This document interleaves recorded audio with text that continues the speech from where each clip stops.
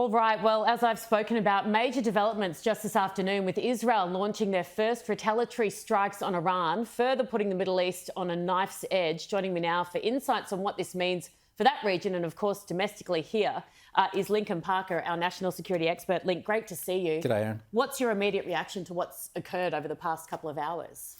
Well, it's amazing. We knew that Israel was going to strike back because this is one of the first times that Iran has actually launched an attack from within Iran onto Israel. So they were always going to strike back. And we saw that over the last few hours that Israel has struck back deep into the middle of Iran near their nuclear facilities. Now, it hasn't damaged those facilities. We heard a report from the IAEA, the International Atomic Energy Agency, that has come out and said there's no damage to any of Iran's facilities. Now, looking at what this means and the degree of escalation here, we haven't heard yet officially from Israel.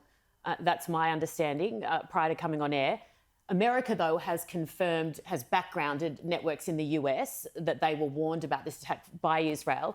Iran is essentially saying, local news is saying nothing happened, nothing to report here. Is that in some ways a good sign that Iran might be looking to just not escalate things and ignore and pretend like nothing happened so they don't have to then retaliate? What's your take? Well, I think about it from Iran's perspective.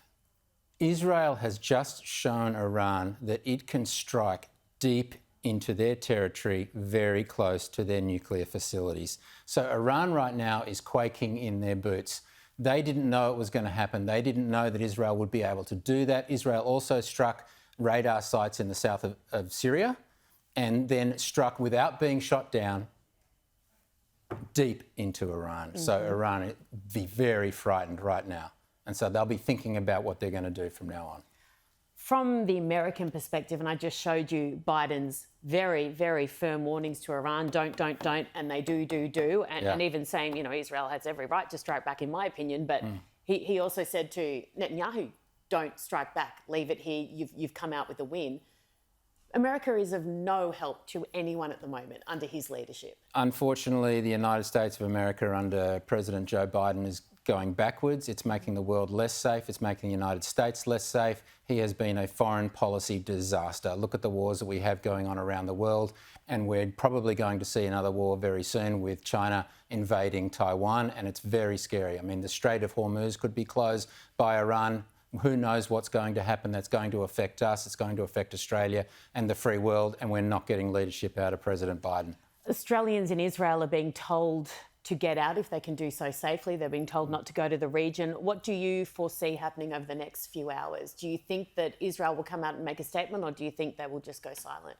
I wouldn't be surprised if Israel does come out and make a statement now and confirm what has happened. Usually they're very open and transparent, and that's the great thing about a democracy, and we should be letting Penny Wong know that that's, you know, we need those sorts of allies, that Israel is a democracy and a friend, and that they come out and you can actually have a phone call with them, as you can't do with Hamas and the terrorists. So I expect Israel will do that, yeah.